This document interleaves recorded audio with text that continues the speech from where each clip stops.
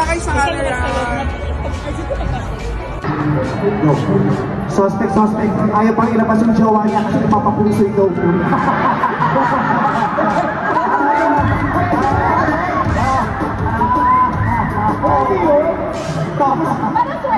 May dumalaw sa dressing room. Nakatakap yung mukha. Alam mo, di makikilala yung taga-ABS naman. Matago ka pero sa ABS ka nagpunta. Tapos taga-ABS ka rin.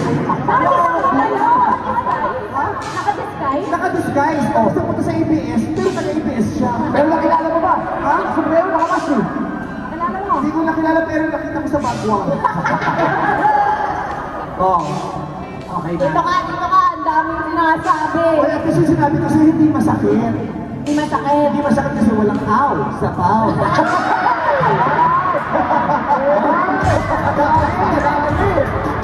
Isa ngang napakasayang gabi ang inialay ni Kim Chiu at Paulo Avellino sa kanilang mga fans sa Christmas special ng Kapamilya Network. Iba't ibang love teams ang nandoon at ang Kim Pao tandem ang pinakahuling lumabas. Isa ito sa patunay na isa sila sa pinakamalakas na fandom at may mga maraming nakasuporta.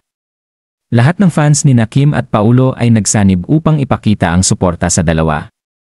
Makikita namang super saya ng mukha nilang dalawa dahil abot tenga ang ngiti ni Kim Chiu at Paulo Avellino.